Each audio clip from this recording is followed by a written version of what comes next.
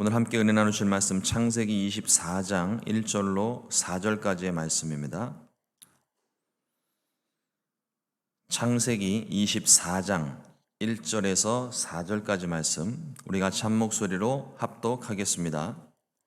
아브라함이 나이가 많아 늙었고 야훼에게서 그에게 범사의 복을 주셨더라.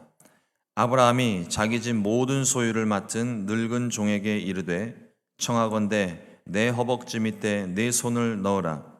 내가 너에게 하늘의 하나님 땅의 하나님이신 야훼를 가리켜 맹세하게 하노니 너는 내가 거주하는 이 지방 가나안 족속의 딸 중에서 내 아들을 위하여 아내를 택하지 말고 내 고향 내 족속에게로 가서 내 아들 이삭을 위하여 아내를 택하라. 아멘. 오늘 함께 봉독한 말씀 가지고 받은 복을 지키는 방법이라는 제목으로 함께 말씀의 은혜를 나누겠습니다. 하나님은 언제나 우리에게 은혜를 베푸십니다. 하나님께서 베푸시는 그 은혜가 참 크고요. 우리가 미처 깨닫지 못하는 은혜들이 너무나도 많습니다. 그래서 우리가 신앙생활하면서 가장 큰 기쁨 중에 하나가 뭐냐면 하나님이 내게 은혜를 베푸시는 것. 그런데 사실은 정확히 따지고 보면 은혜를 베푸실 때 그 은혜 베푸시는 과정들을 보면 하나님께서 이미 우리에게 주신 것들이에요. 주신 것들인데 그것을 어느 순간 어느 때를 만나 내게 주신 것이 참 귀하다는 것을 느낄 때 그때가 우리에게 참 은혜가 됩니다. 하나님께서 우리를 그러니까 요번 특별한 사건에 하나님이 나를 특별히 사랑하셨구나. 이것도 은혜인데 정말 큰 은혜는 몰랐는데 전에부터 나를 이렇게 사랑하고 계셨구나 라고 하는 그것을 발견할 때 그때 우리에게 은혜가 참 큰 것 같습니다. 어쨌든 하나님께서 우리에게 은혜를 베풀어 주시는데 은혜를 받는 것도 못지않게 중요한 것이 그 은혜를 지키는 일입니다. 은혜를 받고 나면은요, 은혜를 쏟는 일이 생깁니다. 또 받은 은혜를 유지하지 못하게 방해하는 일들이 참 많아요. 전에 안 그랬는데 이렇게 은혜를 받은 딱 그 순간에 어느 순간에 보면은 관계가 괜찮았던 사람이었는데 갑자기 이 사람이 나에게 이상한 말을 한다든지 이상한 어떤 행동을 한다든지 이러면서 막 마음이 시험이 들고 낙담이 되고 분명 은혜를 받았는데 그러니까 받은 은혜를 가지고 충분히 품을 수 있고 용서할 수 있는 부분도 있는데 많은 경우가 받은 은혜를 그 한 사람 때문에 어떤 그 사건 때문에 혹은 자신 때문에 받은 은혜를 한꺼번에 확 쏟아버리는 경우들이 있어요. 은혜를 받고서도 악한 원수마귀의 일들이 많습니다. 오늘 말씀에서 크게 두 가지를 말씀하고 계시는데 하나님께서 아브라함에게 복을 주신 일과 또 복받은 아브라함이 받은 복을 유지하는 방법들을 우리에게 말씀해 주고 있습니다. 오늘 함께 말씀의 은혜를 나누도록 하겠습니다. 첫 번째로 하나님께서 아브라함에게 복을 주셨습니다. 창세기 24장 1절 말씀에 아브라함이 나이가 많아 늙었고 야훼께서 그에게 범사의 복을 주셨더라.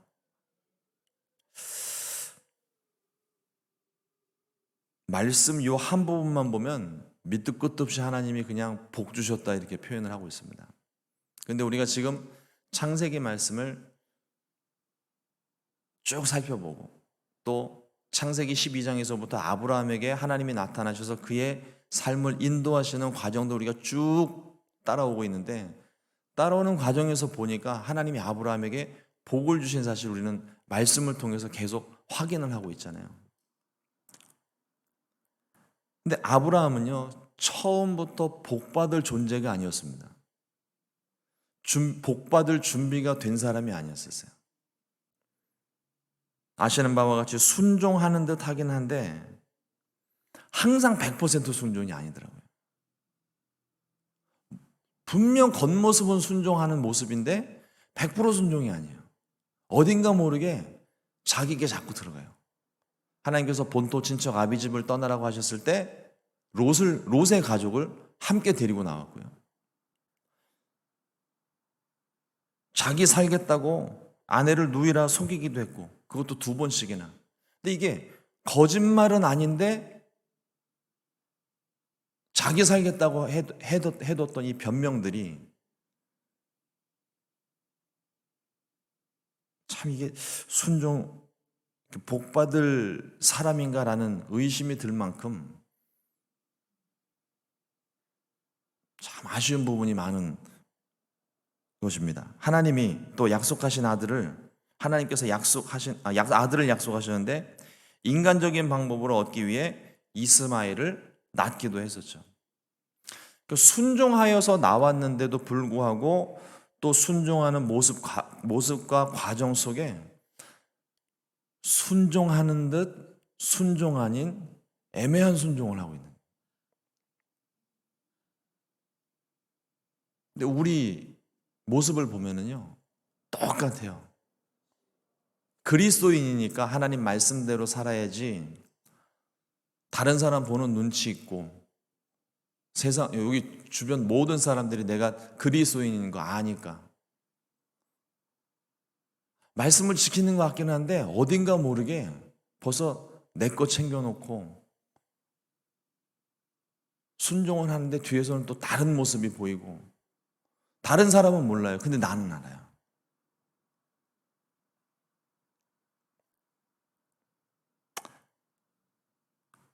보여지는 모습만 보면은 아브라함은 신앙적인 면에서 실패한 인생입니다. 이렇게 순종하느니, 그러니까 세상 사람들이 교회를 향해서 요즘 비난의 말들을 많이 하잖아요. 그렇게 믿느니 안 믿고 말지. 우리가 좀 새겨들을 부분도 있는데 그럼에도 불구하고 우리에게 소망이 있고 은혜가 있는 것은 그 실패한 것처럼 보이지만 이 실패의 과정이 거듭될수록 아브라함이 하나님께 인정받는 모습이 자꾸 그러니까 인정받는 모습이 모습이 자꾸 변해갑니다. 점차 믿음의 사람으로 변해지고 신실한 사람으로 변해가고 순종의 사람으로 변모해 갑니다. 믿음으로 하나님이 의롭다 인정하셨던 아브라함이에요. 근데 그 아들 독자를 하나님을 위해서 조금도 망설임 없이 칼을 들고 잡으려고 할 때 하나님께서 내가 나를 경외하는 줄 이제 알았다. 완전히 하나님께 인정을 받는 거예요. 그게 마지막 최종 시험이었거든요. 얼마나 아브라함이 단호했는지 천사가 막 다급히 와가지고 급하게 말려요. 급하게. 우리의 삶에도 이와 같은 변화가 필요합니다. 처음 믿을 때나 지금 믿을 때나 똑같으면 한결같은 신앙처럼 보이지만 한결같은 신앙이 아니라 성장하지 못한 신앙입니다. 주님을 향한 마음은 한결같아야 되겠죠. 그러나 주님을 향한 한결같은 마음에 우리가 매번 또 어떤 실패와 은혜가 반복되어질수록 하나님께 조금 더 다가가는, 하나님의 말씀으로 또 하나 채워지는, 하나님이 내 삶 가운데 함께하고 계신 증거를 얻는, 어찌되었든 신앙적인 면에 있어서는 우리가 성장하고 성숙하는 것이 필요합니다. 아브라함이 그런 삶을 살았다는 거예요. 매번 실패하고 잘못하고 똑같은 실수하고 하면서도 아브라함은 점차로 하나님께 인정받고 하나님께 선택받고 시작한 인생이 인정을 받기 시작하고 마지막에는 하나님의 모든 시험에 합격하고 하나님이 내가 나를 경외하는 줄 내가 이제 알았다. 그러니까 이제 그만. 또 우리가 그만하는 게 아니라 하나님이 그만할 때까지 우리의 신앙의 모습과 순종하는 모습이 있어야 할 줄로 믿습니다. 하나님은 아브라함의 믿음과 순종, 정직과 성실의 모습을 성장시키시면서 복을 주셨습니다. 근데 이 복을 주시는 근거가 아브라함의 행동이나 어떤 순종의 모습이나 이런 것들이 아니라 오직 하나 하나님의 약속의 말씀이 기준이었다. 복 주는 기준이었습니다. 창세기 12장 2절 말씀에 내가 너로 큰 민족을 이루고 내게 복을 주어 내 이름을 창대하게 하리니 너는 복이 될지라. 또 창세기 12장 7절 말씀에 야훼께서 아브라함에게 나타나 이르시되 내가 이 땅을 내 자손에게 주리라 하신지라. 민족을 이루게 할 것이고 복의 근원이 되게 하시고 이 땅을 내 자손에게 주리라 하신 약속의 말씀. 그러니까 이 복을 받는 과정도요, 사실 아브라함이 뭐 특별히 잘해서 어떤 특별한 하나님 나라를 위해서 공을 세워서 이 복을 주시는 게 아니에요. 하나님이 일방적으로 선택하시는 거예요. 저와 여러분들에게도 똑같습니다. 구원받을 자격과 조건이 하나도 없는 우리들이에요. 그런데 먼저 우리를 사랑하셔서 예수님 우리에게 보내주시고, 나는 아직 회개도 안 했는데, 은혜 받을 준비도 하나도 안 했는데 먼저 우리를 대신하여 십자가를 짊어지셨다는 겁니다. 얼마나 큰 은혜예요. 그 은혜만 생각을 하면 못할 일도 없고 안 될 일도 없고,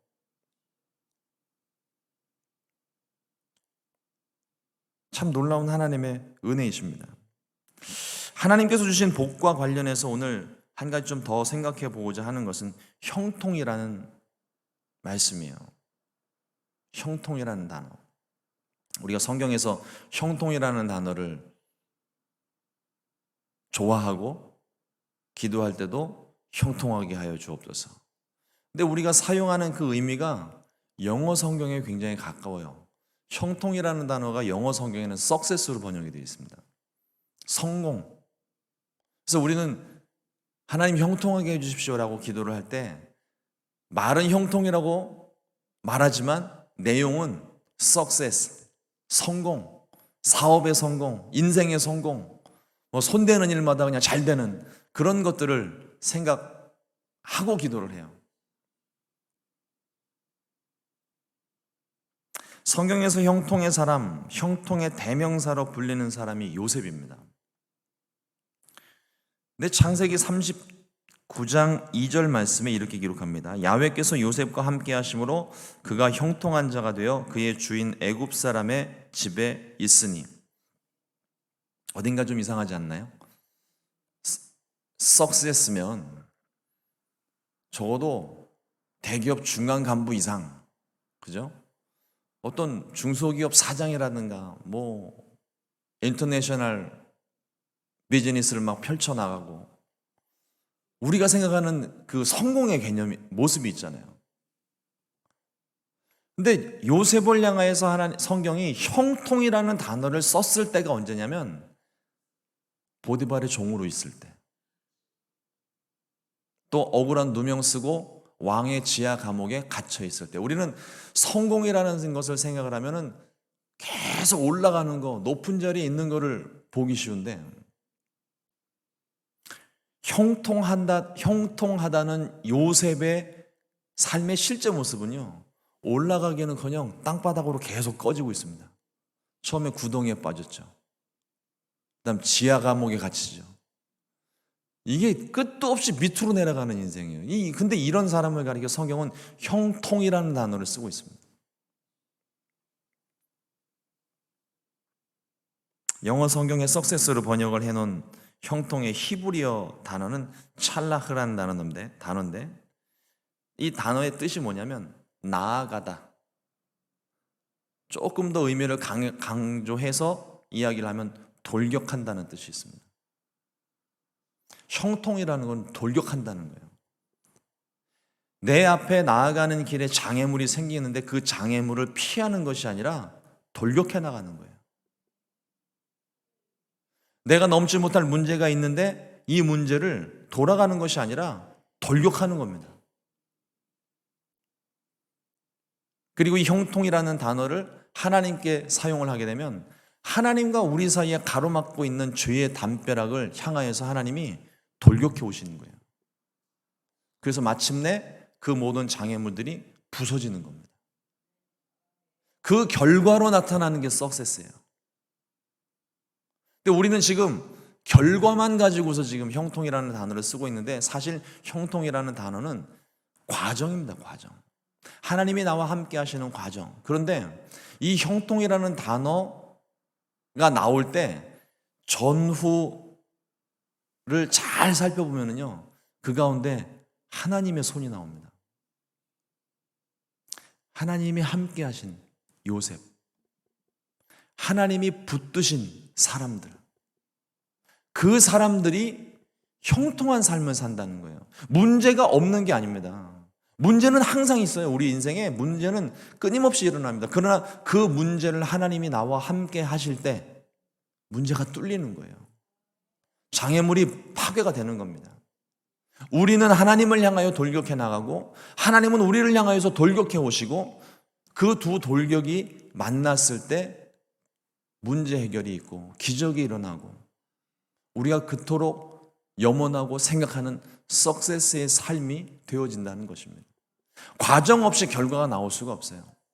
신앙은 항상 우리가 과정 속에 있습니다. 하나님을 향하여 나아가는 과정 속에 있습니다. 우리가 하나님을 향하여 끊임없이 기도하고 부르짖을 때 하나님께서 우리를 만나주시는 거예요. 그러면 문제 해결이 되는 거죠. 그러면 우리가 평안할 수 있는 것입니다. 문제 해결되지 않아도 상관없어요. 하나님이 나와 함께 하심으로, 나를 붙드심으로 내가 하나님을 향하여 한 걸음 더 나아갈 수 있는 그 과정 자체가 중요한 것입니다.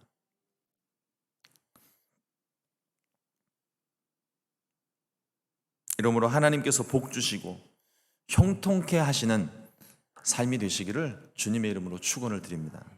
두 번째로 볼 것이, 하나님의 약속은 끝까지 그리고 반드시 지켜야 한다는 것입니다.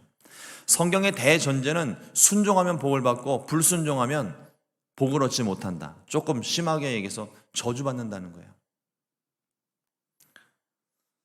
오늘 말씀 속에 아브라함이 자기 집 모든 소유를 맡은 늙은 종, 앞선 말씀에 그 아들을 약속하실 때 이 아브라함이 그 자기의 후사를 엘리에셀, 다메섹 사람 엘리에셀이라고 표현을 하고 있는데, 아마도 이 늙은 종이 아브라함의 모든 짐을 총괄하는 그런 위치에 있는 것으로 보아서 아마도 엘리에섹이 아닐까 생각을 합니다만, 맹세를 하게 하면서 아주 특이한 모습을 요구를 합니다. 2절 말씀에 보니까요, 아브라함이 자기 집 모든 소유를 맡은 늙은 종에게 이르되 청하건대 내 허벅지 밑에 내 손을 넣으라.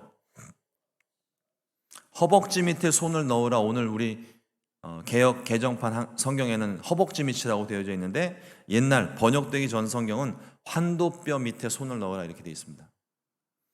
쉽게 말하면 이게 사타구니에 손을 넣으라는 거예요. 가장 강력하고 엄숙한 맹세의 행위입니다. 불복종할 때는 저주가 있을 것이라는 그런 관습처럼 사용되는 행동인데, 두 가지 의미를 우리가 한번 생각해 볼 수 있는 게요, 대를 이어서 이 사타구니 안에 있는 생식기 주변에 손이 있으면서 내가 대를 이어서 충성하겠다는 의미이기도 합니다. 그리고 그것의 반대적인 개념을 생각해 볼 때, 만일 복종하지 않을 때는 나의 대가 끊어지는 저주를 받겠다는 의미로 이 맹세에 서약을 하는 거예요. 하나님이 복을 주셨고 점차로 완성된 믿음의 사람이 되어져 가고 있습니다. 이제는 한 사람의 복이 아니라, 아브라함 한 사람의 복이 아니라 이웃에게 나눠주는 복의 사람, 특히 자녀에게 축복의 계보를 이어주는 진정한 복의 근원으로 모습이 변해져 가고 있어요. 아브라함은 이삭의 아내를 선택하는 과정에서 믿음의 사람답게 행동을 했습니다. 창세기 24장 4절 말씀에 내 고향 내 족속에게로 가서 내 아들 이삭을 위하여 아내를 택하라. 가나안에 있는 그 주변에 있는 너무나도 많고 또 중동 사람들이 이렇게 미모가 뛰어나다고 얘기를 하더라고요. 그 모든 조건으로 봤을 때 쉽고 편안하고 아름다운 신부를 맞이할 수 있음에도 불구하고, 그리고 그 땅에 거민이 되었잖아요. 그럼에도 불구하고 아브라함은 내 고향에, 내 민족에게로 가서 거기서 내 아들의 아내를 데리고 오라고 이야기를 합니다.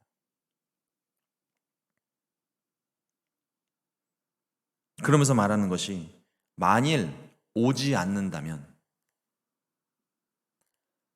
그 여인을 데려오기 위해서 내 아들을 그 땅으로 데려가지도 말 것이고, 오지 않는 여인은 아브라함에게 있어서는 응답이 아닌 거예요. 하나님의 응답이 아닌 거예요. 그러므로 데려오지도 말고 뒤도 돌아보지 말라고 그럽니다. 그러면서 자신의 아들은 절대로 이 땅을 떠나서, 그러니까 아브라함이 지금 정착하고 있는 가나안 땅을 떠나서 다시 원래 살던 곳으로 돌려보내지 않겠다는 굳은 결심을 보여줍니다. 어떻게 보면 합리적이고 쉬워 보이는 길을 선택하지 않았습니다. 먼 곳까지 왔으니까, 여기에 이제 정착하기로 했으니까, 그러면서 상황에 따라 행동하지 않았어요. 아브라함에게는 하나님의 약속이 있었습니다. 아브라함에게는 이게 기준인 거예요. 어떤 것도 기준이 될 수 없고 상황에 따라 변하는 것도 아닙니다. 영원하신 하나님의 말씀, 변함없는 하나님의 말씀이, 약속의 말씀이 아브라함의 삶의 기준이 되었던 거예요. 젖과 꿀이 흐르는 가나안 땅을 너와 네 자손에게 주리라 약속하셨습니다. 그래서 아브라함은 우물도 사들였고 사라의 매장지도 사들였던 겁니다. 합당한 값을 지불하고 정당하게 구입을 한 거예요. 기준은 오직 하나, 하나님의 약속입니다. 다른 말씀이 없다면 계속 그 약속을 지키기 위해 노력을 했습니다. 하나님의 뜻을 구하는 거예요. 하나님의 인도하심을 구하는 거예요. 저와 여러분들의 삶도 마찬가지입니다. 하나님의 인도하심을 받기 위해 우리는 계속 기도를 해야 되고요. 그 인도하심을 받았는데 약속의 말씀 놓고 나아갈 때 문제가 생기고 가로막히는 장애물들이 생겼을 때 하나님께 물어야 돼요. 항상 하나님께 간구하고 하나님의 뜻을 구해야 되는 것입니다. 제가 참 좋아하는 다윗이, 그 다윗의 어떤 예배하는 모습, 순종하는 모습도 참 좋아하는데, 참 제가 좋아하는 모습 중에 하나가 뭐냐면 다윗이 하나님께 묻고 또 묻고 또 물었던 모습입니다. 하나님의 뜻이 아니면 안 가는 거예요. 근데 하나님의 뜻이면 아무리 어려워도 그 길을 가는 거예요. 이유는 하나님의 말씀이 있고 하나님의 뜻이 있기 때문에 거기 하나님이 함께 하신다는 겁니다. 하나님이 함께 하시면 되는 거예요.